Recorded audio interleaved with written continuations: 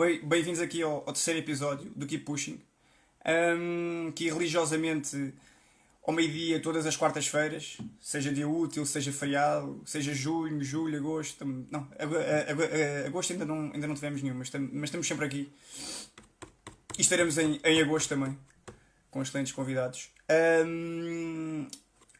Depois temos arrancado aqui com dois episódios da segunda season com o João.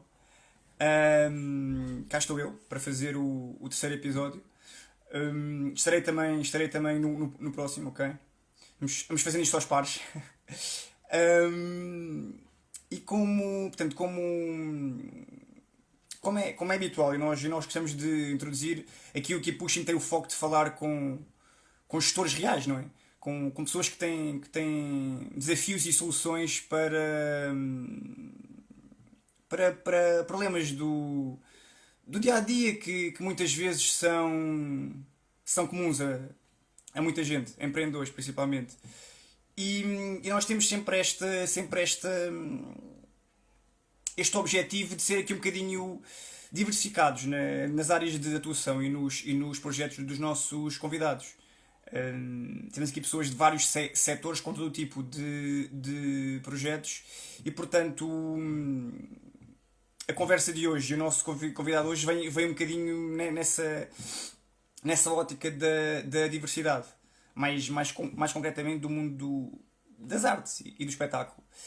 Se não me falha a memória, tivemos aqui já o Paulo Magalhães, vindo, portanto, ele tem a PMP Eventos, portanto, está muito ligado ao mundo dos eventos, ao mundo do showbiz, não é? E hoje vamos aqui para esta área não tanto dos eventos, mas das artes, da música em particular. Falar com o David Santos, que se calhar é um nome, David Santos, assim, à primeira vista, é um nome demasiado normal, digamos assim, é como o meu, Nuno Teixeira, portanto é um nome que não salta à vista, mas que é conhecido como Noiserv, e espero estar a pronunciar bem. Mas portanto hoje vamos falar com o David, a.k.a. Noiserv, um músico bastante conhecido, que hoje se calhar vai ter aqui uma conversa um bocadinho diferente do que está habituado, porque mais do que extrair a musicalidade ou o processo criativo do David, que by the way é bastante interessante. Eu como consumidor gosto bastante. E gosto mesmo, não estou a dizer isto para fazer só charme de apresentador, mas portanto hoje o foco aqui será um bocadinho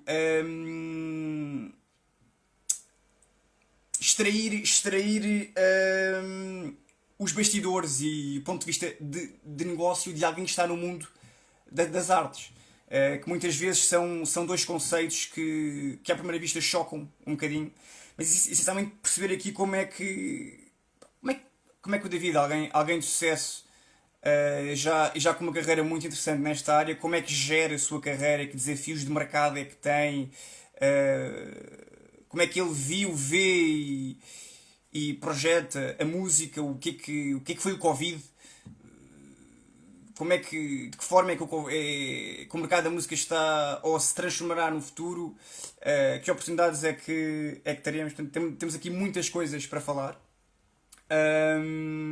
E eu antes de apresentar o David e depois de me ligar ao David, deixo só aqui uma. Eu acho que digo sempre isto, porque cada convidado e cada projeto tem a sua particularidade e os seus pontos interessantes. Mas este, para mim, estou mesmo muito curioso aqui como host, porque eu sou um fascinado pela música. E como gosto muito de marketing também, esta vertente do showbiz, do marketing e da comunicação musical fascina-me. E portanto estou aqui muito curioso para falar com o David. Ainda aqui um bocadinho ao David, ao Noiser.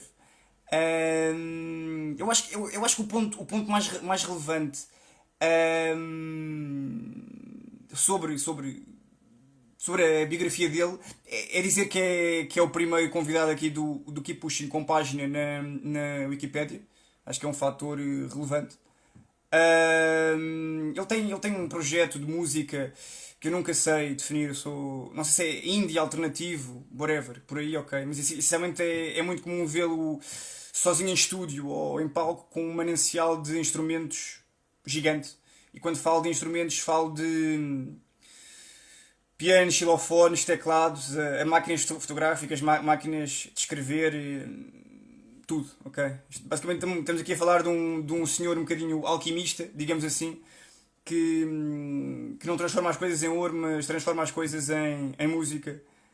E com a musicalidade top, que eu acho que isso é que é o mais importante. Aqui de realçar também que o David já tem uma carreira internacional bastante interessante, bastante sólida, o que é sempre de realçar na arte portuguesa, porque não é assim tão comum, começa a ser cada vez mais, mas não é assim tão comum. Pronto, de uma forma geral, acho que o mais interessante mesmo é chamar o David. Bem-vindos a mais um Keep Pushing Podcast, quarta-feira, ao meio-dia. Não se esqueçam, Keep Pushing. Está tudo bem contigo? Sim, dentro do normal. Ok, tudo normal, ok. Obrigado pelo convite. Pronto, isso era o que eu ia dizer aqui. Muito obrigado aqui por aceitares, por passar aqui uma horinha connosco a falar. E se calhar começando aqui nas perguntas, indo um bocadinho a ti,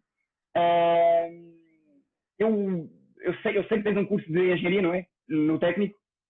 Yeah. Queria saber como é que um engenheiro se torna músico.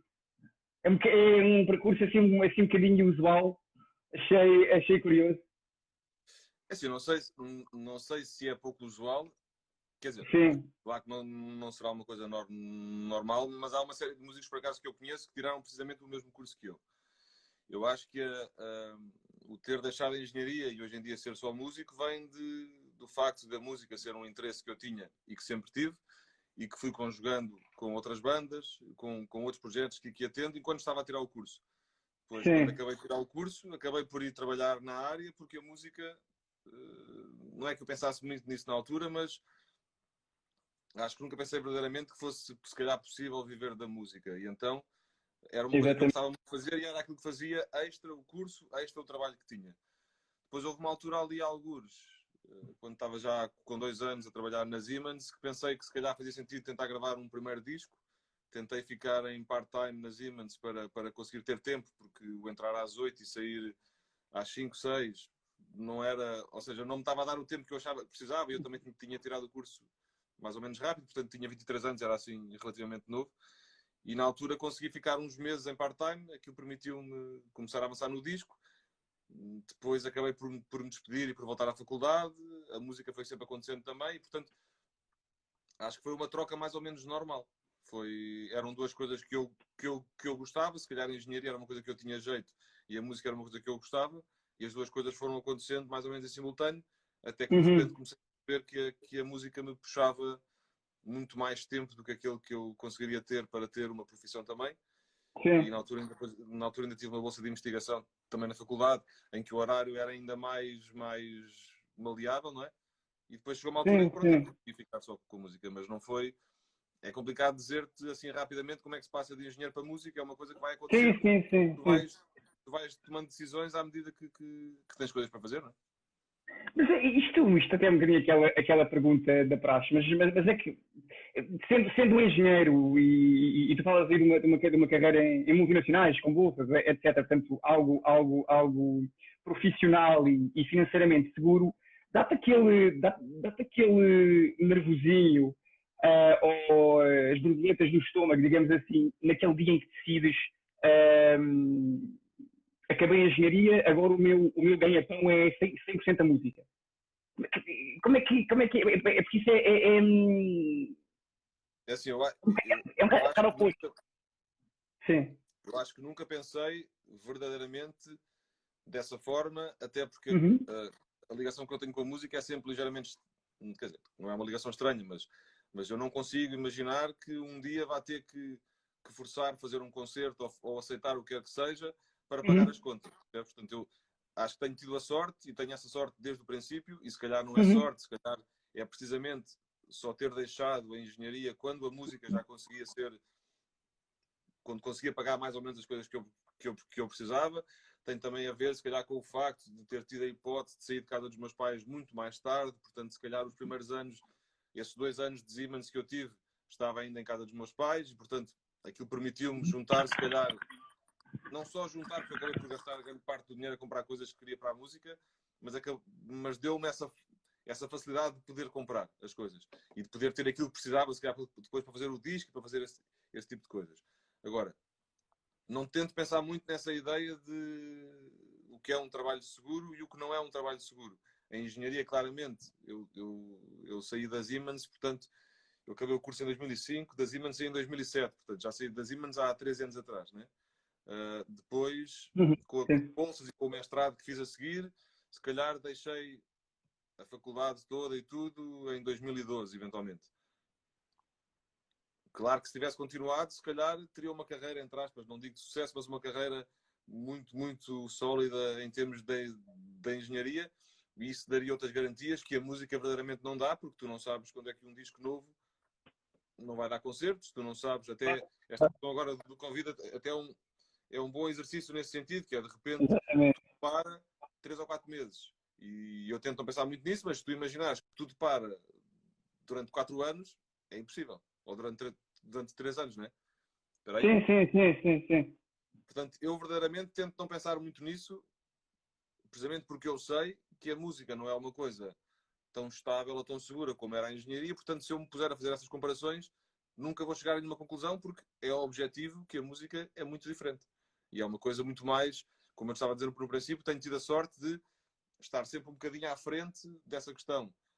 Ou seja, de não precisar de tocar naquele mês para pagar as contas daquele mês. E, portanto, essa facilidade permite-me não viver obcecado com isso e mesmo se calhar se tivesse que fazer dessa forma, sabia a partir que era uma luta não ganha o questionar ou o comparar.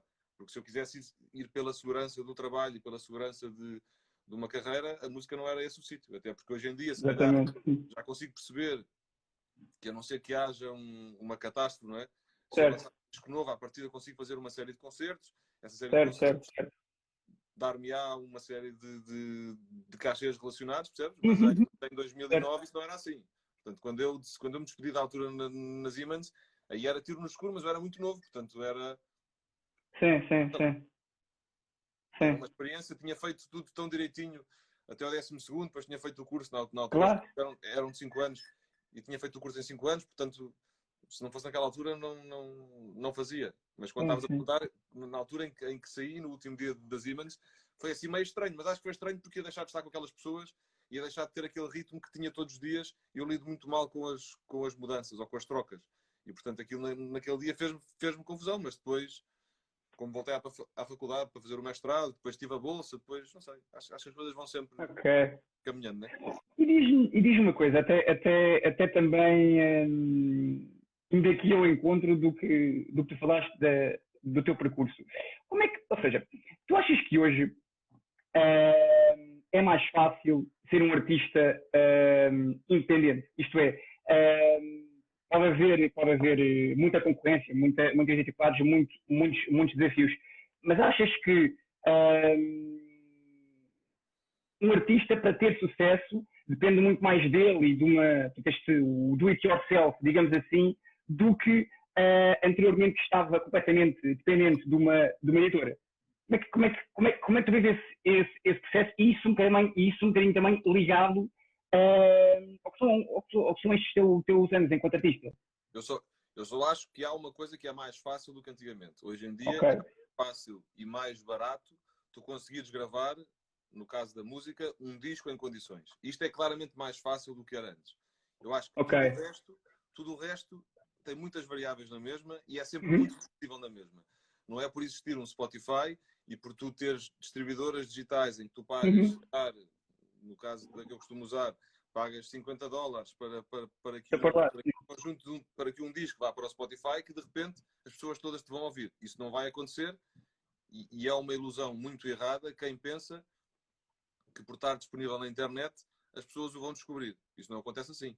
Portanto, se calhar em 2005, há 15 Uhum. anos atrás, que havia menos... Até o facto, na altura, se calhar, não haver esta dinâmica toda da música na internet, se calhar não é que fosse mais fácil, mas os poucos que conseguiam ter algum destaque, se calhar ficavam durante mais tempo porque não havia tanto, não havia, ou seja, eu acho que é bom que haja cada vez mais bandas, mas na altura, em 2005, não havia mesmo tantas.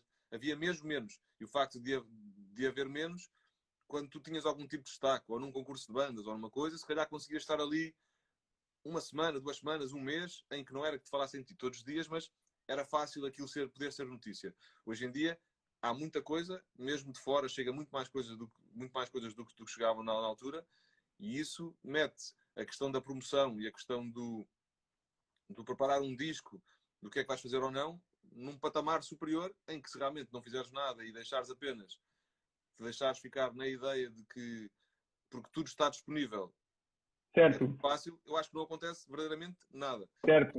Imagina, eu acho que há videoclipes que eu tenho que têm um sério número de Uhum. visualizações. Falando especificamente do canal do YouTube, acho que tenho 12 mil pessoas a seguir o canal do YouTube. E se eu puser apenas lá um vídeo e não fizer mais nada, se calhar tem 1000 visualizações. E portanto, isto quer dizer que a ideia de tens um sério número de seguidores, tens no Instagram, tens no Facebook, e a pessoa Certo, deixar-se agarrar só a isso, não vai sim, funcionar. E, portanto, eu acho certo. que não é. Acho que, voltando ao princípio, só é mais fácil tu conseguires gravar uma coisa em condições, porque na altura Uhum. em que os estúdios eram caríssimos, em que esta vertente mais dos softwares todos, de tu comprares um computador mais ou menos normal e os softwares de gravação funcionarem bem nesses computadores, isso não havia há 20 anos ou há 30, né? Uhum, uhum, É uhum. mais fácil. Agora, todo o outro trabalho eu acho que não é. Mas a minha questão, e se calhar, se calhar a facilidade é isso, não é o adjetivo. É mais, ou seja, pode ser difícil e se calhar mais difícil, mas tu não achas que está, ou seja, que depende mais de ti, no sentido em que tu se calhar tu vais ter mais trabalho, vais dormir menos, mas com o Instagram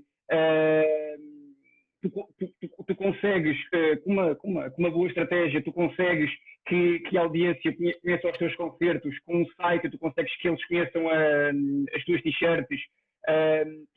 Tu não achas que o artista agora está mais dependente dele para o sucesso e aqui o mais dependente dele, aqui neste caso não da arte dele, mas do do it yourself, da parte de gestor, entre aspas, dele. Mas isso liga-se um bocadinho com o que eu gostava de dizer. O facto Hum, de tu conseguires gravar um disco de forma mais ou menos económica, de conseguires certo. fazer um videoclipe de forma mais ou menos económica, de se fores, lá está, se fores muito organizado nas questões das Uhum. redes sociais, se tiveres uma regularidade de partilhar coisas, de perceberes as coisas que as pessoas mais gostam, não é que eu faça isso, né? Perceberes as coisas que as pessoas mais gostam de ver, as coisas às quais as pessoas reagem mais, se tiveres essa Uhum. Uhum. proatividade toda, claro, Uhum. nestas redes, claro que isso tudo ajuda. Agora, eu acho é que há muito a ideia Uhum. de, por haver essa facilidade, não ter que o fazer. Uhum. Mas Concordo aí, sim. tudo o que são ferramentas são sempre boas. Agora, às vezes tu encostas às ferramentas e não planeias como é que has de fazer a coisa. Mas eu acho, ou seja, há 20 anos ou há 30 anos não existiam, se calhar, os músicos independentes quase, não é? Ou seja, os músicos estavam muito limitados à Sim, sim, editora sim, grande. sim, Isso é sim. verdade, portanto, claramente que é Claro, mais sim. fácil. Agora, Sim. acho que já foi mais fácil, as pessoas já perceberam Ok. mais a possibilidade das coisas e hoje em dia, às vezes, até porque há muito esta ideia de que o sucesso é muito mais rápido do que aquilo que se imagina. Sim. Portanto, às vezes pode haver às vezes um músico que manda um e-mail a perguntar: olha, fiz aqui estas músicas, que conselhos, espera, desculpa, que conselhos é que tu me dás para que as pessoas conheçam? E é tão Uhum. complicada essa resposta que até é estranho as pessoas acharem que essa resposta existe. Tipo num e-mail a dizer assim: então faz isto, isto, isto, e de repente já está. E portanto não é só ter as redes, não é um conjunto de tantas coisas que eu não consigo Certo. explicar. É tipo, é Claro. diariamente tu fazeres o que tu disseste. Diariamente a pessoa Sim, sim. pensar não só nas capas, quer dizer, claro, depois podes trabalhar com outras pessoas, mas há tantas coisas a pensar além do bonito de fazer uma música à guitarra, não é? Que é possível e mais fácil hoje em dia, mas é difícil não é mesmo. Mas vamos lá, quem consegue transformar uma máquina de escrever num instrumento não consegue transformar uma resposta de um e-mail num conceito para a vida? A resposta pode ser bonita e pode ser mais ou menos fazendo o resumo do que pode acontecer. Sim. Mas não é, mas não. Não, concordo contigo. Percebo. Olha, e diz uma coisa, agora, ou seja, como é que tu, para a tua carreira, tu olhas para as redes sociais e para o marketing digital? Ou como é que tu os utilizas em teu benefício, se é que utilizas muito? Se pensas estrategicamente, digamos assim, sobre este assunto, para ti? Eu acho que devia pensar mais estrategicamente, mas acho que as uso da forma que consigo usar.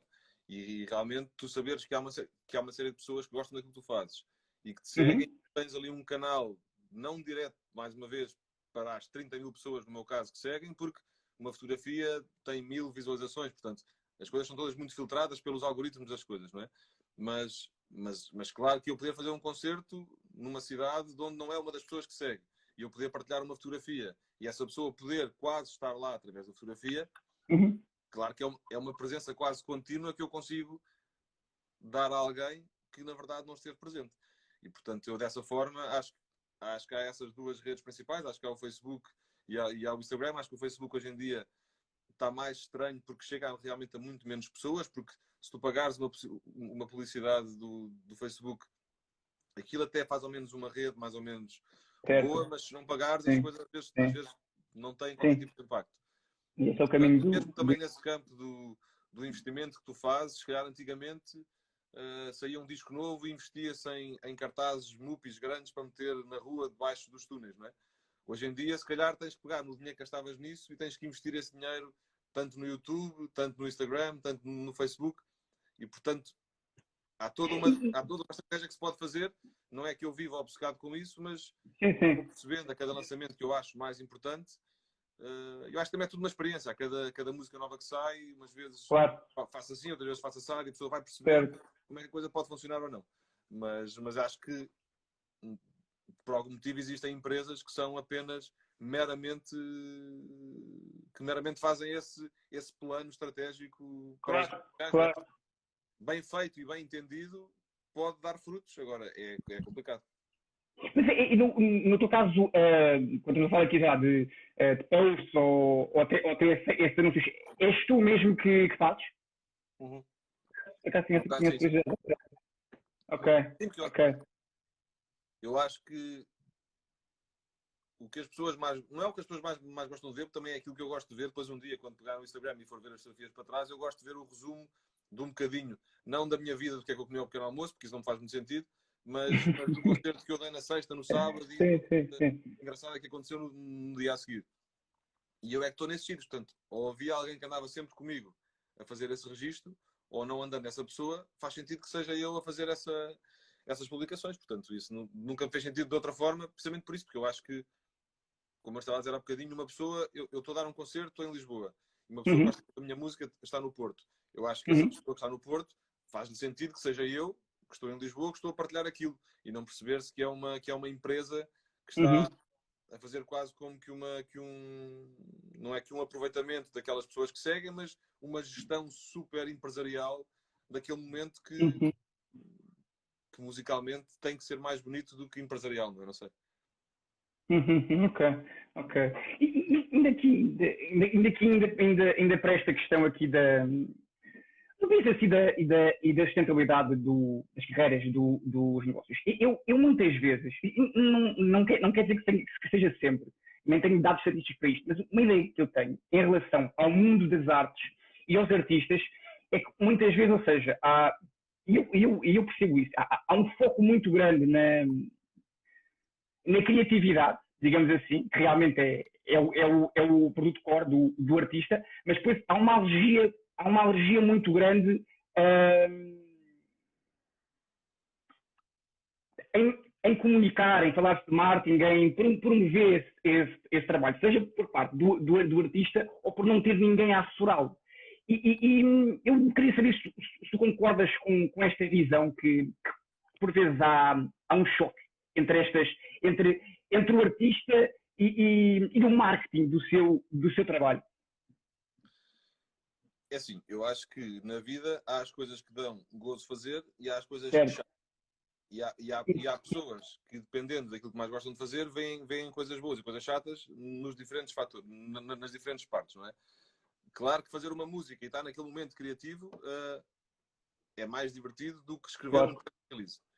E eu acho que se calhar no início de carreira, não havendo outra forma de o fazer, tem que ser o próprio músico a fazer tudo. E mais para a frente, por exemplo, eu na parte de promoção dos meus discos tenho sempre alguém a tratar da parte da promoção, quando digo isso, é, sei lá, de comunicar aos jornalistas, de mandar para as rádios.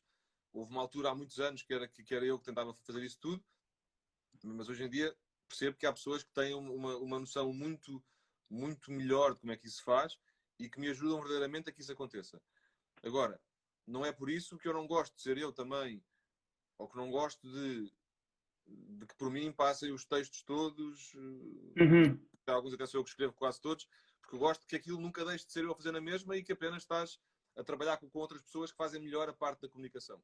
Agora, há muitas pessoas que não pensam nisso. Eu, quando penso num disco, consigo pensar no prazer que me dá a fazer as músicas, mas também consigo pensar no chato que vai ser desenhar todo o planeamento de quando é que sai um single, quando é que não sai, na parte também criativa e engraçada do que é pensar um videoclipe, mas na parte chata de realmente fazê-lo acontecer. E portanto eu tenho a ideia, eu tenho à partida a noção que no registro de lançar um disco novo, fazer Sim. as músicas é para aí 5% do que é o disco. Exatamente, sim. E lido bem com Ok. isso e faz sentido. Por exemplo, agora tenho um disco novo que, à partida correndo tudo bem, vai sair no final de setembro e as músicas estão todas acabadas desde novembro. E a mim faz-me sentido Ok. que assim seja e eu não tenho deixado de pensar no disco todos os dias com todas as outras coisas que tenho que fazer.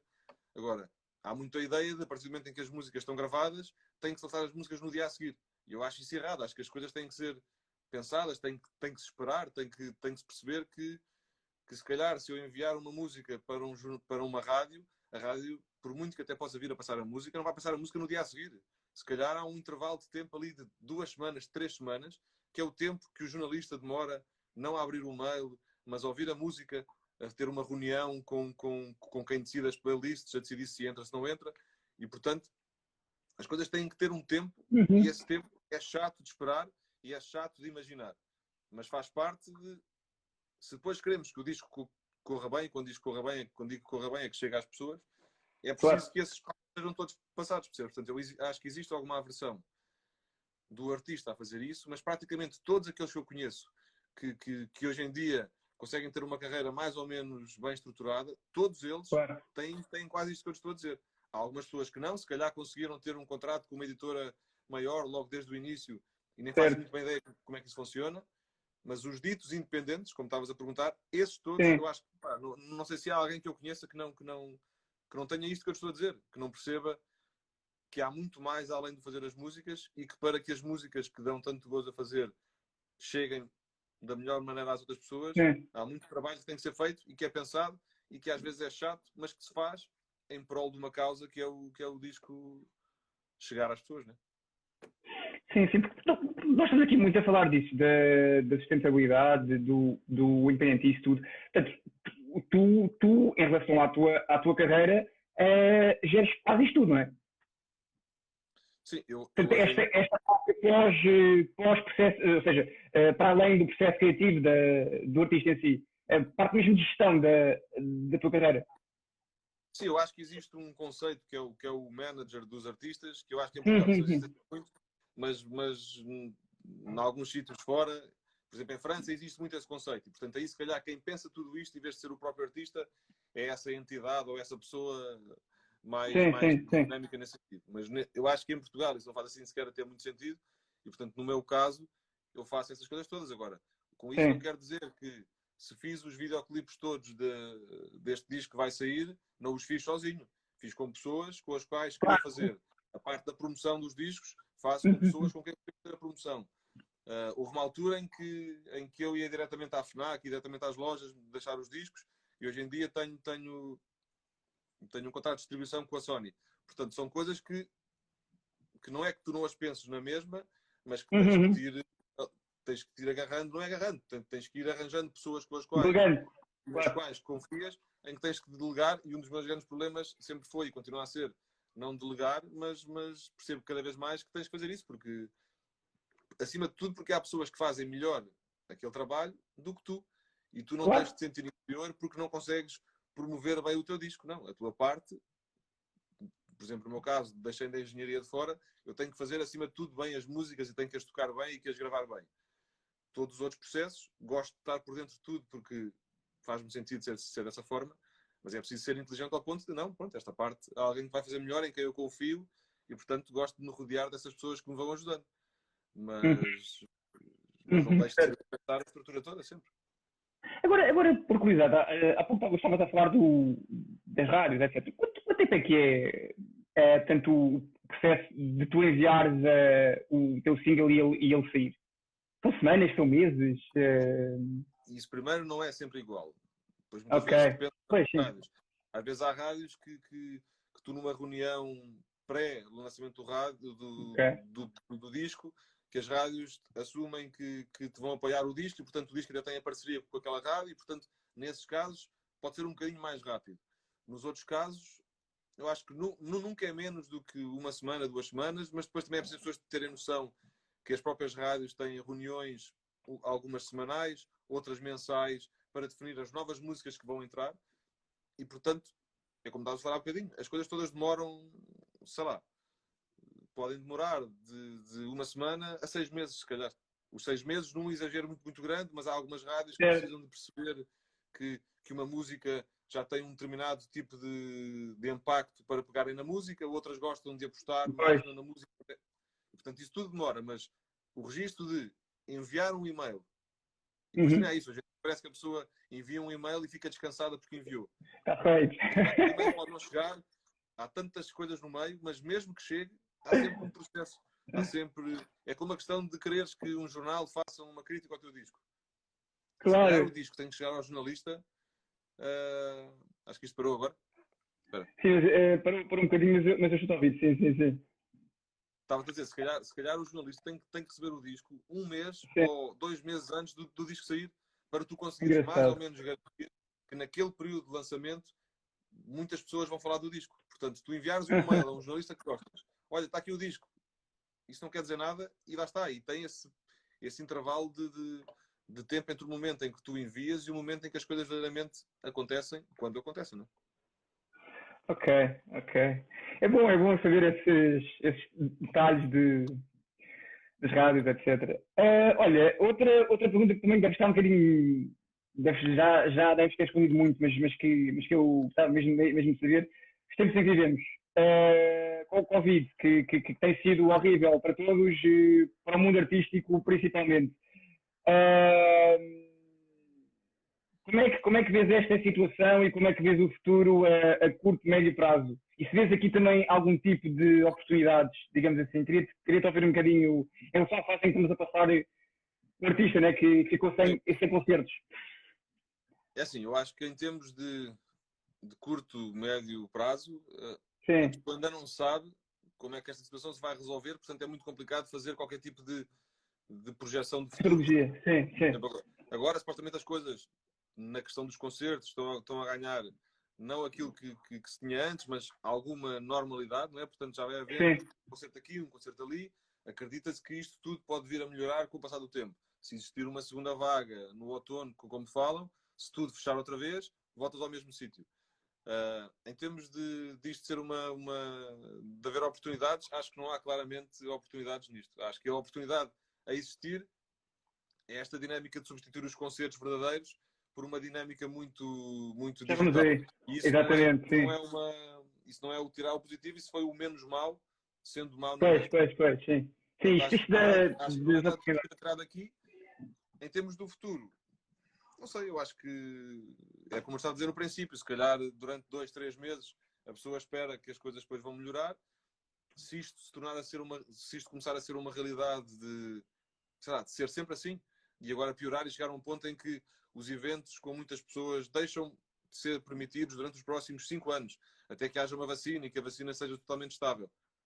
Sim. Se isso acontecer assim, não faz sentido perder muito tempo a pensar nisso agora, mas isso vai ser claramente um problema, não para mim, mas para todo o mundo artístico que vive de um público que precisa de ter ali, não é?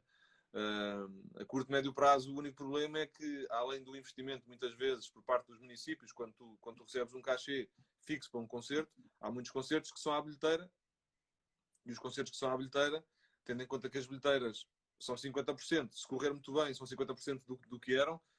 No meu caso, que toco sozinho, se calhar poderá não ser tão dramático. Ok, Em sim. bandas com mais elementos e em equipas com muitas pessoas, de repente o concerto pode deixar de ser possível sequer porque nem se consegue pagar ele próprio. E, portanto, isso vai ser tudo um problema porque se vão começar a repetir as situações em que vamos ou não vamos, mais vale não irmos porque não vale a pena.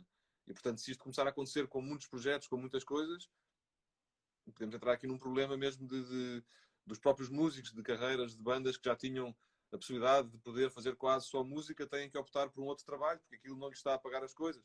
E, portanto, isso é tudo uma visão muito negra do que poderá vir a acontecer. A visão mais positiva, que eu espero que seja a que vai acontecer, é que as coisas devagarinho comecem a ter alguma normalidade. Se calhar o lançamento de um disco não é tão intenso como era um disco anterior. Se calhar o investimento nesta questão do música independente, o investimento que tu fazes numa gravação, nas capas que fazes, nas coisas, se calhar tens que ter um pensamento, não que a pessoa não o tenha sempre, mas se calhar tens que repensar, se calhar se faz sentido haver uma edição física de um disco, se não faz, porque pode ser um custo a mais que tu tens e as vendas Claro, online não são claro. tão boas como são as vendas em concertos de discos. Portanto, há toda uma série de coisas que, se isto não ganhar uma normalidade, tu tens que pensar e tens que repensar um bocadinho. Mas é o que é e há coisas em que a pessoa se pode queixar deste e daquele.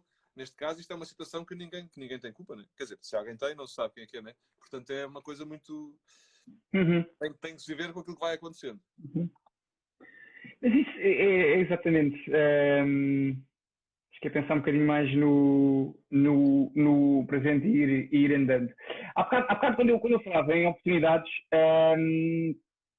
se calhar é isso, mais do que oportunidades, queria saber também um bocadinho o teu feeling, a tua opinião sobre estas, não é tentativas, estes, tanto lives do Instagram, estes streamings em que as pessoas pagam por um lugar virtual, os lives muitos deles eram free. Parece-me uma ideia gira, digamos assim. Falta-lhe muita sustentabilidade, ainda está no início. Eu não sei se vai-se conseguir sustentar ou se não vai ter sustentabilidade por si só. Queria ouvir também um bocadinho o que tu achas enquanto artista destas novas, dos lives, destes streamings pagos, etc. Eu acho que, se calhar, é apenas uma ideia gira. Sim, eu tenho um pouco essa visão também, sim.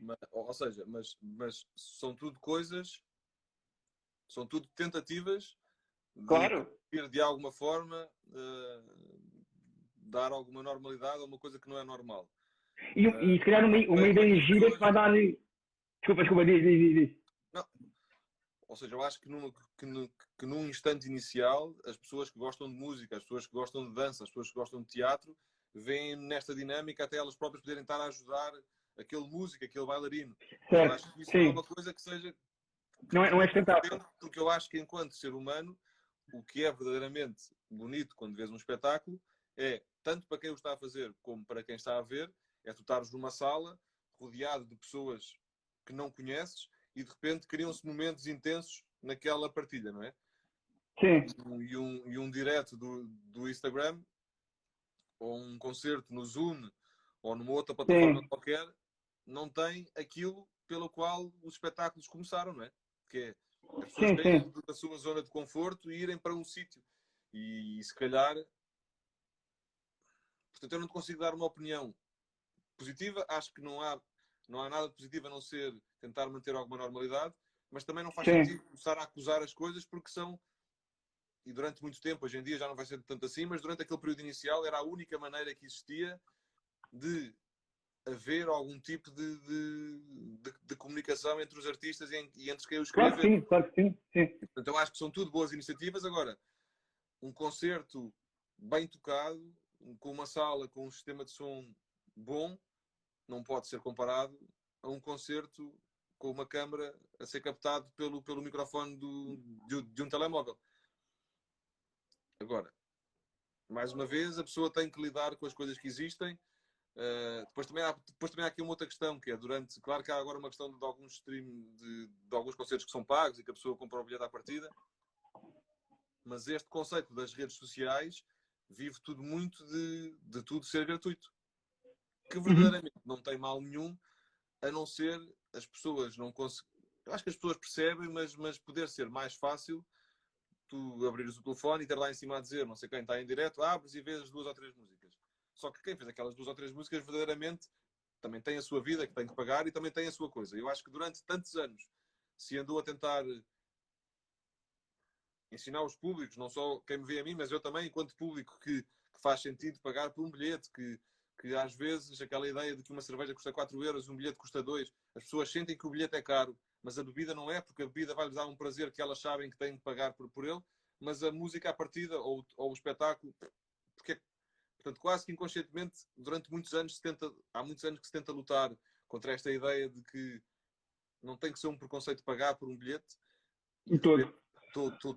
todo este excesso de oferta gratuita pode fazer retroceder um bocadinho esse trabalho que foi sendo feito por grande parte dos municípios, muitas vezes com bilhetes a 3 euros, não porque esses 3 euros vão fazer a diferença, mas porque faz sentido que as pessoas sintam que se está a valorizar quem fez aquilo. E, portanto, num futuro muito próximo, se isto continuar sempre assim, podemos começar a entrar ainda num problema maior, mas não sei. Mas eu acho que o online e as redes sociais, lives, etc., isso tudo, e toda esta revolução online veio trazer muita coisa boa à música, mas ainda estamos muito, muito, muito longe de uma experiência de um streaming ou um live, mesmo que seja gratuito, no Instagram, chegar a um centésimo do que é a experiência de um concerto. Mas as pessoas em casa nunca vão ter, ou seja, e já vão existindo algumas iniciativas desse género, em que em termos de vídeo, se calhar para a resolução que o ecrã tem, tu consegues ter algumas câmaras que consigam garantir alguma imagem com alguma qualidade. Mas a pessoa tinha que ter um sistema de som em casa também bom, ter o telemóvel ligado a esse sistema para conseguir aproximar-se ligeiramente do que seria um concerto. E, portanto, eu acho que isso nunca vai acontecer. Portanto, nunca vais conseguir pôr-te no mesmo pé do que é ir a um concerto. Isso eu acho que nunca se vai conseguir. Vai ser sempre estranho. Eu acho que... Diz. Não, estava a dizer, eu até acho que é o que estava a dizer há bocado no princípio desta tua pergunta, que as pessoas têm aderido bastante a estas coisas e porque também sentem que é uma forma de poderem ajudar. Mas, pronto, não sei muito bem. Acho que eu gosto sempre de tentar ver isto como uma fase que depois volta à outra mais normal. Acho que se calhar um festival com 50 mil pessoas não vai acontecer tão cedo, mas como as coisas estão a ser feitas agora mais ou menos devagar, pode ser que se descubra um outro. Achas que vamos ter festivais de massas para o ano? Não sei. Acho que enquanto não tiver resolvido ou enquanto não se perceber tudo, acho que não vai haver. Mas isso tudo depende de tantos fatores e que eu não tenho conhecimento disso, não é? Fala sempre da questão da imunidade, não imunidade, não percebo nada disso para conseguir dizer-te, olha, não, isto vão fazer isto assim. Não faço ideia. Acho que só quando tudo estiver entendido, ou então se calhar não, então se calhar as pessoas vão todas de máscara na mesma e tudo acontece na mesma. Não sei. Acho que é preciso ir avaliando tempo a tempo e perceber o que é que se pode fazer e respeitar isso. Ok. Entrando aqui um bocadinho mais na parte final das perguntas, queria falar contigo um bocadinho sobre o streaming e as plataformas de streaming. Quem me conhece sabe que eu digo meio a brincar, meio a sério, que estes bilhões de anos de evolução humana, há aqui três transformações core: a roda, o fogo e o Spotify. Eu sou um fascinado pelo Spotify enquanto consumidor. Amo mesmo o Spotify porque é uma plataforma, como queiras chamar, que esteve comigo nos momentos bons, maus, em Portugal, Espanha, França, em todo o lado. Portanto, é o sinónimo da música, estar comigo em todo o lado, em todas as fases da minha vida, e também é um dos responsáveis por eu ter ficado tão fã de música. Fala-se muito, por exemplo, enquanto artista, eu sei que se fala muito que o Spotify esmaga um bocado as margens, mas ao mesmo tempo, se calhar enquanto um artista independente permite-te chegar a públicos e a países que de uma outra forma era mais complicado. Queria saber qual é que é a tua opinião enquanto artista e enquanto consumidor sobre as plataformas de streaming. Eu falo muito de Spotify porque é o que me vem à cabeça, mas é plataformas, tanto um Tidal, um Apple Music, tudo. É assim, eu embora nós já tenha começado há muito tempo, quando eu Uhum. comecei, estava a começar a aparecer não o Spotify, mas esta questão da internet e das músicas poderem ser ouvidas de forma gratuita ou não gratuita. Portanto, eu venho um bocadinho já nessa leva. E, portanto, eu não Uhum. consigo ser contra uma coisa sem a qual, se calhar, a minha música não tinha sido também conhecida. Não é? Uhum. Sim. Na questão das margens, não margens, é claro que o Spotify, para um artista de um tamanho médio, pequeno, é basicamente irrelevante. Agora, eu acho que a questão que se põe aqui é as pessoas que te ouvem no Spotify vão eventualmente, se calhar, a um concerto teu. Exatamente. As pessoas que antes não te conseguiam ouvir no Spotify não iam comprar o teu disco se não te conhecessem. Ou mesmo que conhecessem o teu nome, mas só conhecessem uma música. E, portanto, eu acho que é uma cena de dois lados. Que é, Isso que eu vejo, sim. nunca investiguei a fundo perceber se a marca Spotify ganha milhões e milhões e milhões e só dá 1%. Certo. Sim. Não sei dizer em relação a isso, mas acho que enquanto forma de chegar às pessoas, e acreditando que hoje em dia a própria venda dos discos não é irrelevante, mas é menos intensa para o músico ou menos importante do que um concerto, é verdade que se as tuas músicas estão de uma maneira muito fácil e muito acessível disponíveis, as pessoas, quem quiser, consegue conhecer-te mais facilmente. E esse conhecer mais facilmente começa a usar as tuas músicas para momentos da vida dela mais intensos, mais especiais, e portanto, se calhar, isso depois leva-as a um concerto. E desse ponto de vista, acho que é uma grande mais-valia essas plataformas existirem. Se deviam pagar mais ou pagar menos? Quer dizer, menos acho que não conseguiriam pagar, mas se podiam pagar mais, Claro. Sim. se calhar sim. Mas eles têm um algoritmo que divide o dinheiro todo pelos países e depois nos países. Eu acho que isto é um bocadinho como fazeres um concerto. Um artista que seja muito conhecido tem um cachê muito maior. Que às vezes até parece exagerado para aquilo que uma pessoa poderia precisar para viver. Certo. Mas isto é tudo uma hierarquia que funciona assim. E funciona assim em todas as coisas. Um músico que tenha milhões de audições no Spotify não há de ser assim tão irrelevante. Um músico que não tem tanto. É mais irrelevante, mas eu acho que isso é mesmo assim. A pessoa tem que conseguir lidar com aquilo que tem. Se a pessoa estiver muito revoltada, então que crie uma iniciativa com amigos que façam um novo Spotify mais justo, competente. Agora, isto é tudo tão complicado que eu acho que na verdade, em termos práticos, é importante que as músicas lá estejam para que as pessoas te consigam conhecer sem ser através de uma ou duas músicas que passam na rádio quando passam. Isso é básico.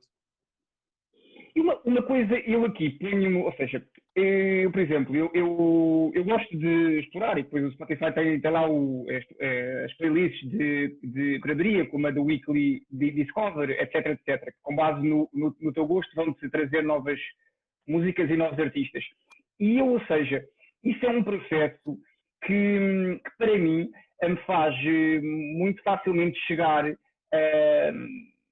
a tipo de sonoridades, até a tipos, até a bandas, se calhar espanholas, francesas, turcas, sul-americanas, que eu de uma forma geral estava muito mais cingido a um UK ou Estados Unidos. A minha pergunta é, tu sentes, e não é que tenhas analisado isto estatisticamente, mas tu sentes que o Spotify ou as plataformas de streaming podem ser um apoio também à tua internacionalização? É assim, eu acho que sim, porque lá está, mais uma vez, depende das situações e é uma coisa que eu acho que não Claro. acontece muitas vezes. Mas, por exemplo, há já muito tempo que a terceira cidade que mais ouve no Reserve é Istambul, na Turquia. Não sei porquê. Istambul? Sim, não sei porquê. Ok. E eu fui tocar o ano passado a Istambul e claramente o facto de eu ter ido lá tocar foi porque alguém deverá ter sugerido ao programador daquela sala e porque depois, na análise desses Sim. resultados do Spotify em particular, se percebeu que havia um conjunto de pessoas que eu ouvia ali. Eu não sei como é que chegou, mas nesse caso em particular, eu acho que as plataformas de streaming tiveram um papel muito importante. Claro que há outros momentos de outras situações em que não tem a ver com isso, tem a ver com o sítio onde tu tocaste e que te viram. Mas eu acho que estares presente em todos esses sítios permite até, porque eu acho que a música também vive muito deste passa-palavra e se calhar antigamente eu agora tinha ouvido uma banda que gostava e dizia-te, olha, ouvi não sei quem. E depois eu empresto o disco ou faço-te uma cópia e dou-te. E tu pegas no telefone ou envias um link muito facilmente ou até mostras na altura. Esse mostrar na altura é um passa-palavra que pode ser não entre amigos próximos, mas entre amigos que estão mais longe. E eu acho que isso cria-te uma rede que sem essa possibilidade tu não conseguias que acontecesse, não é? Portanto, não há uma ligação direta entre a internacionalização e um Spotify, mas são coisas que são importantes para que a coisa se vá espalhando um bocadinho. Sim. Então a questão por exemplo, eu tenho uma das músicas que eu tenho mais ouvidas no Spotify é uma versão ao vivo de uma música do disco de 2013. E aquilo tem a versão original, acho que tem 400 mil, e essa tem 700 e tal. E aquilo foi só, mas foi maioritariamente porque aquela música foi adicionada a uma playlist que tinha uma playlist que tinha Exato. muitos ouvidos. Sim, Portanto, sim, muitas sim, pessoas novas terão ouvido porque alguém, de repente... Eu lembro de uma vez, quando fui tocar à Colômbia o ano passado, ou há 2 anos, não, acho que foi o ano passado, ia no táxi a caminho do aeroporto e o taxista estava a ouvir o Bruno Pernadas. Eu assim, sim. como? E ele disse, ouvi, Brutal. porque Sim. estava a ouvir uma playlist não sei de quem, onde E apareceu. e, portanto, aquela pessoa só conheceu, neste caso o Bruno Pernadas, por aquele motivo. Interessante. Portanto, eu acho que essas coisas acontecem mais até do que a pessoa imagina. Portanto, é tudo possível, só que é como se eu for a uma editora estrangeira, vou a um país qualquer e entrego um CD, daí a eu poder editar um dia um disco ali é uma distância enorme. Tal como alguém ouvir uma música num carro ou num táxi de um artista de outro país e daí há algum tempo esse artista poder vir tocar a esse país, é possível, mas são tudo muitos fatores, é uma conjectura de muitas coisas. Mas que se esse momento não existisse, também ainda menos coisas poderiam acontecer. Portanto, eu acho que tudo é importante e acho que é importante estar presente nas coisas todas. E acima de tudo, se calhar a pessoa não se focar tanto. Quer dizer, não é a ideia dos outros receberem o dinheiro que devia ser teu, mas tem que haver aqui alguma validade para quem criou uma estrutura, para quem criou uma plataforma e de forma inteligente, até se calhar pegou em ideias de outras plataformas que já haviam e criou uma coisa um bocadinho mais universal, né? Não sei, é assim.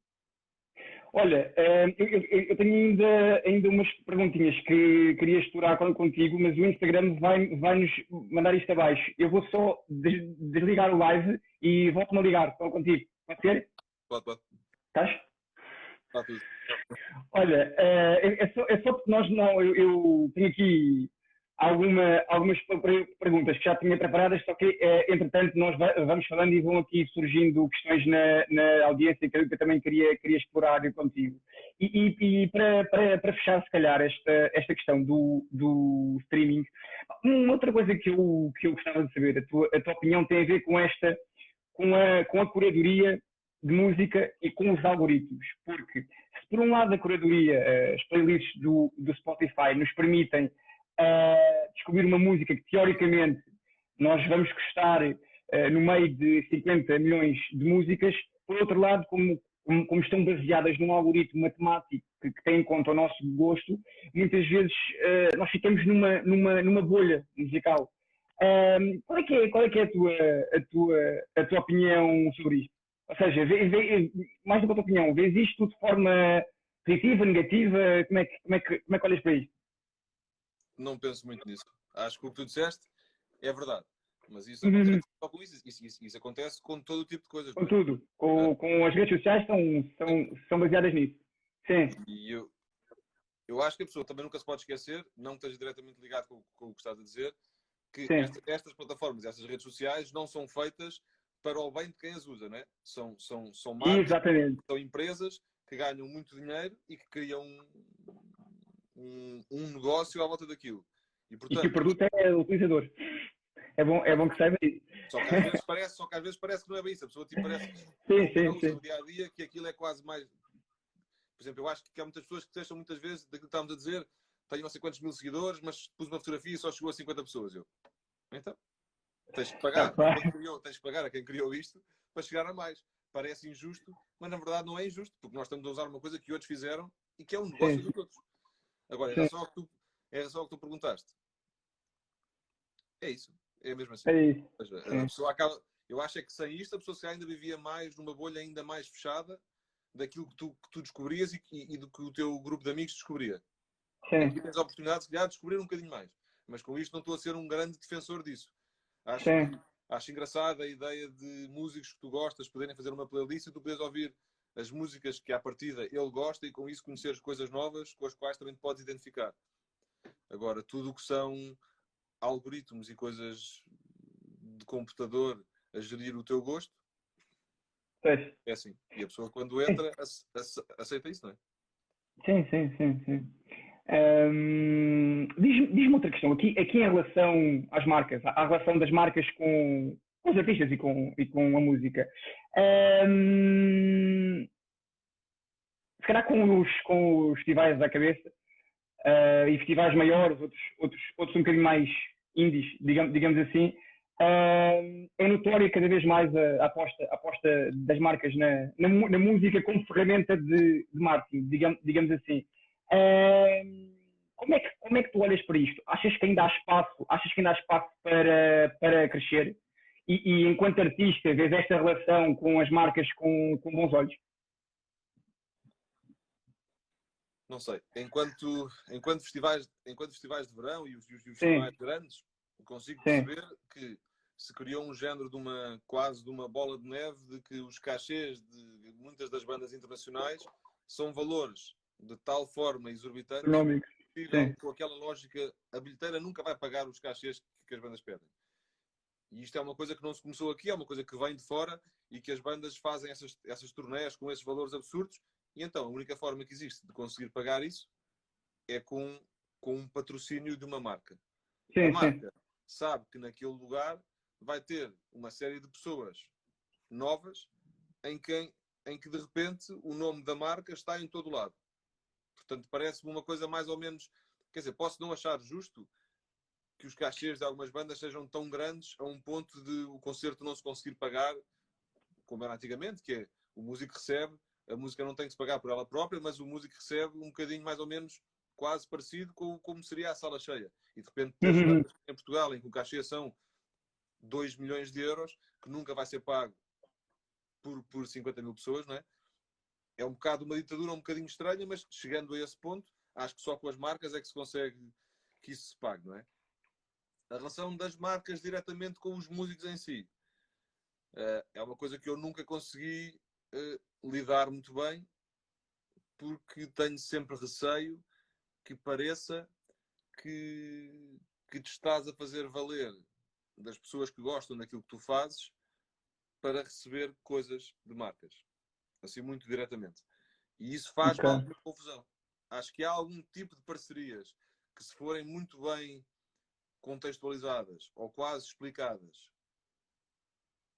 para ti próprio, podem fazer sentido. De outra forma, não sei muito bem. Sei lá, se uma marca grande quiser usar uma música minha para uma campanha, eu não acho isso mal. Porque aí estão a usar aquilo que eu faço como forma de criar no meu caso, criar alguma emotividade naquelas imagens. Não te estão a condicionar, não é? Sim, aí, quer dizer, pode haver um fio condutor entre aquilo que eu vou fazer e aquilo que se espera que o vídeo seja, mas me estão a contactar a mim à partida, querem mais ou menos uma coisa que eu vá gostar.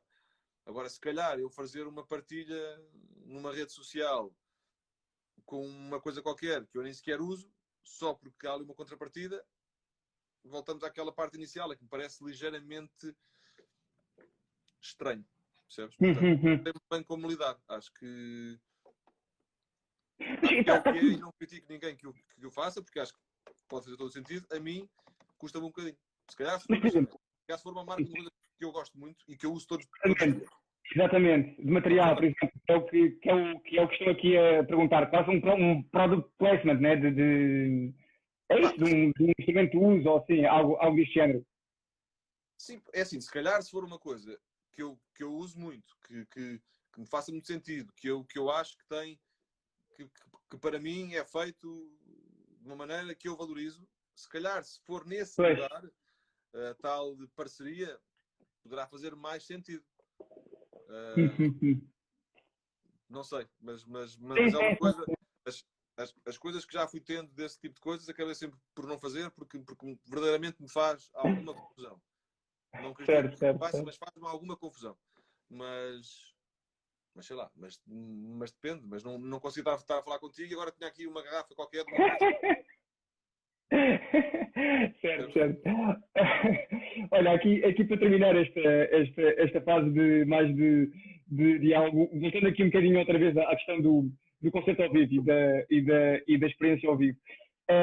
E aqui, se calhar, indo um bocadinho ao pré-Covid, ao mundo normal, digamos assim, que ou seja, a análise que eu faço em relação ao online e ao offline é que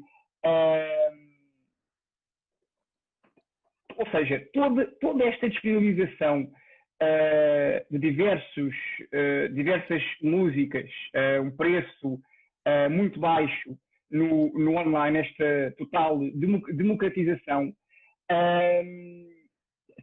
tem um efeito de valorizar cada vez mais a experiência ao vivo, no sentido em que, ao termos um excesso de um lado, a experiência ao vivo torna-se algo muito mais raro que nós, enquanto consumidor, se calhar conhecemos por causa daquele excesso aqui no bom sentido, por causa da música que descobrimos online e estamos dispostos a pagar mais. Tu tens esta visão ou não? Não sei se percebi muito bem. Tu estás a dizer que o facto de as músicas, quando são compradas de forma digital, serem mais baratas do que um concerto? Não percebi. Ou seja, o excesso de música no mundo digital, nós temos quase de borla, digamos assim, ter um total acesso às músicas no mundo digital. A experiência ao vivo, como é completamente diferente e aquela pessoa dá um concerto na minha cidade ou no meu país por ano, ou um concerto de 2 em 2 anos, versus a música que eu posso ouvir diariamente, a todo o segundo, à borla, se este excesso de música no digital não me faz querer mais ir aos concertos e estar disposto a pagar mais para os concertos. Eu acho que aí não. Acho que a ligação não é essa. Acho que a ligação que existe é o facto de tu ouvires muito mais as músicas de um determinado artista, porque está tudo muito à mão, faz com que tu gostes mais e com que te identifiques mais com aquelas músicas e, portanto, quando há um concerto, queiras mais ir ver porque há mais momentos que tu queres sentir ao vivo. Porque se tu fores comparar isto com há uns anos, há hoje em dia muito mais concertos.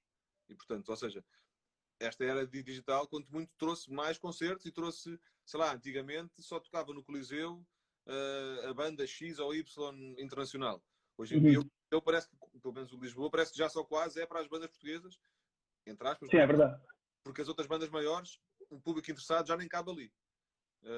E isso não acho que seja porque é muito barato na internet, acho que é porque, como é mais fácil aceder, é mais fácil partilhar, é mais fácil conhecer e é mais fácil querer ir ver. Não porque seja muito diferente o concerto do resto, percebes? Acho que é só porque mais pessoas conhecem, porque é uma rede muito mais fácil de construir. Sim, a minha questão era quase, ou seja, combater um bocadinho o pensamento em que a pessoa ao estar habituada ao preço baixo ou até de borla pela música na internet ou pelo live na internet ou pelo concerto no YouTube, em vez disso desvalorizar o preço e o valor da música, valoriza no sentido em que a pessoa quer mais ir ao concerto e está mais disposta a pagar. Mas isso é o que estávamos a falar no princípio. Eu acho ao contrário. Eu acho que a questão das plataformas de streaming não acho isso, mas a questão dos diretos no Instagram, dos diretos no YouTube, acho que tudo isso pode ter o verso, que é, então, mas se eu vejo ou se vi durante tanto tempo sem pagar, como é que agora me vão pedir 15 euros para ir ver um concerto não sei onde? Portanto, aí até pode ser o contrário. Mas como estavas a falar de um período antes toda esta questão, não é? Sim, é diferente. Nessa altura, os pequeninos diretos do Instagram serviam apenas para promover o que ia acontecer depois de maior.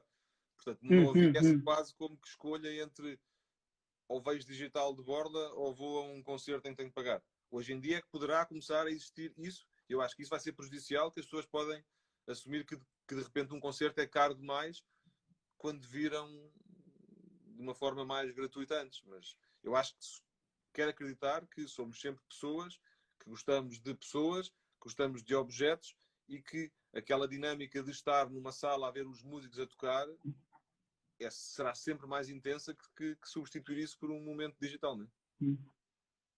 Ok. Ok. Aqui para fechar agora temos aqui uma rúbrica que se chama o Kick-Off, que basicamente são perguntas simples, diretas que a audiência nos fez durante a semana. E temos aqui várias para ti.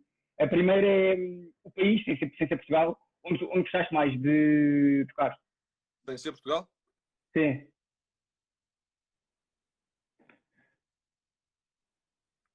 Eu acho que eu parece sempre aquela resposta um bocado parva, mas eu gosto sempre muito de tocar em praticamente todo o lado. Eu acho que qualquer sítio que tu sintas, então quando é um sítio muito longe, por exemplo, a questão da Turquia e da Colômbia, parece que quando é mais longe de ti, ficas mais espantado como é que a música chegou ali. Portanto, se calhar são assim os dois estrangeiros mais próximos. Portanto, talvez esses dois. Mas também toquei muitas vezes em França e foi muito fixe. E também quando toquei em Nova Iorque também foi. Eu acho que os concertos, quando eu consigo tocar bem, gosto sempre muito. Portanto, não há assim um sítio em que tudo seja diferente. O diferente é tu conseguires ir. Isso é que é o especial. E tínhamos aqui outra, tinha a ver com as cidades em Portugal. Sabe uma cidade que tem assim uma relação especial? Eu acho que em termos de noise-earth, há algumas cidades onde não é que corra sempre bem, mas eu à partida são cidades que eu acho que tem muitas pessoas que gostam da minha música. E tens Coimbra, Leiria, Braga, talvez essas três sejam assim as mais sem qualquer prejuízo para as outras, não é? Mas não sei, acho que há sempre muita gente que gosta da minha música naqueles sítios. E os concertos à partida têm sempre corrido bem. Mas sei lá, também há Guimarães, também há. Claro. Onde corre bem. E falaram aqui, agora tu enquanto consumidor, um concerto que tenha marcado, que tu viste? Já houve muitos que marcaram, assim, buscando um muito antigo, dos que mais gostei, foi o de Sigur Rós no Coliseu, aí em 2005, acho eu, que foi de uma intensidade, assim, absoluta, em termos sonoros e em termos de tudo aquilo que estava a acontecer naquele dia. Depois, de resto, gosto sempre muito de ver concertos, portanto, há sempre muitos que gosto, mas esse é talvez o melhor concerto feito até hoje, cara. Ok. A última aqui para finalizar. Casa de espetáculos em Portugal que tu mais gostas? Ou uma que gostes muito? É isto que tu mais gostas? Eu gosto muito dos teatros que foram construídos há mais tempo atrás e gosto muito desses teatros antigos, portanto, aí há muitos. Felizmente temos salas muito bonitas em Portugal. Sabe? Em Lisboa há tanto o São Luís como o Tivoli. Em Braga há o Teatro Circo, que é inacreditável. Em Évora também há um teatro muito, muito bonito. Eu acho que muitas cidades têm sítios assim muito bonitos. Mas olha, se calhar o Teatro Circo em Braga é assim um dos mais imponentes, porque tem aquele conceito de muito arranjadinho, mas é gigante. Quantas pessoas é que leva o Braga? Tu já ouvi falar várias vezes. 900. Quantas? 900, ok. Gigante, não é um campeonato atlético, mas é grande. Boa, boa. Olha, desculpa, agora é uma pergunta da audiência feita por mim. Já não viste tocar no Lux? Toquei onde? No Lux. No Lux. Sim, Toquei porque só... tu- Eu percebi que tinhas perguntado se uma vez já tinha tocado nu. E eu, não, no Lux. no Lux, Agora, no Lux sim, toquei com uma banda que são os You Can't Win Charlie Brown, da qual sim, faço parte também, e já sim. tocámos duas ou três vezes lá em baixo. Sim, na cá, ok. Eu gosto muito do Lux. Aqui para fechar, temos outra rubrica que é o Touchdown. Gostamos de perguntar algo relacionado com a tua área que tu gostasses de ser para sempre. No teu caso, são os instrumentos, e a pergunta é: se pudesses ser um instrumento para sempre, qual é que eras? Era um piano. Eras um piano, porquê? Porque eu acho que é o instrumento mais completo ao nível não de notas, mas de diferentes momentos emotivos. Acho que se calhar a guitarra também, mas eu vejo o piano mais dessa forma. O piano pode ser tocado com muita força, pode ser tocado muito devagar, pode ser tocado de uma forma média e tu consegues transmitir praticamente tudo o que tu sentes através Ok, da delicadeza com que toques ou não nas teclas. E, portanto, se tu, enquanto interessante. pessoa, conseguires também ser um espectro enorme de diferentes emoções, acho que é fixe. Ok. Portanto, escolhi um piano, se calhar. Ok. E olha, aqui mesmo a última, para rematar aqui esta conversa. Nós fechamos sempre com livros. Queria saber se assim, algum livro, pode ser que tenhas lido agora, mas um que tenhas lido, que te marcou, que tenhas gostado, aqui para recomendar para a audiência. Eu tenho sempre meio vergonha e se calhar até leio muito pouco. Mas não é porque não saiba ler, é porque é uma coisa que eu fui perdendo o hábito. Se calhar quando eu era miúdo, Claro. e portanto, se calhar os últimos pá, aí 10 livros que eu devo ter lido devem ter sido manuais de instruções de vários teclados. Sei que para aí aos 20 e qualquer coisa, 21, 22, comecei a ler o Siddhartha e ainda está a meio. E foi a última coisa que eu li e que está a meio. Ok. Portanto, não te consigo. Podia ir buscar um ou outro livro super, super conhecido para ficar bem, mas a verdade é que eu quero Não. trabalhar a dinâmica de leitura, mas o Siddhartha hei de acabar e pode ser que a partir daí comece toda uma nova leva de leitura, mas para já vou lendo os manuais dos Mas é teclados. isso, acho que andamos em beleza com metade do Siddhartha, metade do manual de instrução. Olha, espetáculo. Obrigado. Isto era suposto ter uma hora, acho que já vamos em uma hora e meia. Yeah, uma hora e um quarto. Ou uma hora e um quarto. Gostei muito. Obrigado. Aqui a audiência também fui falando contigo e vendo aqui o feedback, foi muito giro. Temos aqui bastante comentários, etc. E para desejar-te toda a boa sorte do mundo. E já tens concertos marcados para os próximos tempos? Tenho agora um dia 25 em Serpa Ok. e depois tenho só a partir de setembro, quando sai o disco, e aí depois, se tudo correr bem, tenho assim montes de cidades já.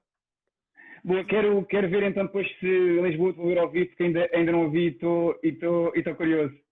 Grande abraço. Obrigado. Abraço. Tchau, Grande tchau. abraço, David. Até à próxima. Isto foi uma hora e 15. Isto é sempre suposto ser. Nós demos uma hora, mas é suposto ser 45 minutos, até meia hora. Mas pronto, entre a teoria e a prática, há aqui umas pequenas diferenças. Mais um episódio, o terceiro. Espetáculo, gostei muito. Foi interessante também ver aqui todo o engagement, comentários, etc., de quem esteve aqui a ver-nos. Obrigado também. Eu gosto sempre de acabar assim com uma daquelas dicas estranhas de produtividade que eu uso no meu dia a dia, seja podcast, um livro, etc. Quero bater que o David teve cá para recomendar ouvi-lo no Spotify. Eu faço muito isso. Não ouço nenhum álbum específico, ouço a playlist que o Spotify em que aglomera várias músicas do mesmo artista que se chama This Is. São cerca de 2 horas, 2 ou 3, e é muito interessante pelo tipo de som que o Noise Earth tem, meter aquilo nos fones e estar ali 2 horas em estado de flow a fazer algum trabalho de fundo estratégico ou assim, com um som meio mântrico, digamos assim, para para manter o foco. Ok? Obrigado a todos e até quarta-feira, ao meio-dia, comigo outra vez. Keep pushing. Até à próxima. Bem-vindos a mais um Keep Pushing Podcast, quarta-feira, ao meio-dia. Não se esqueçam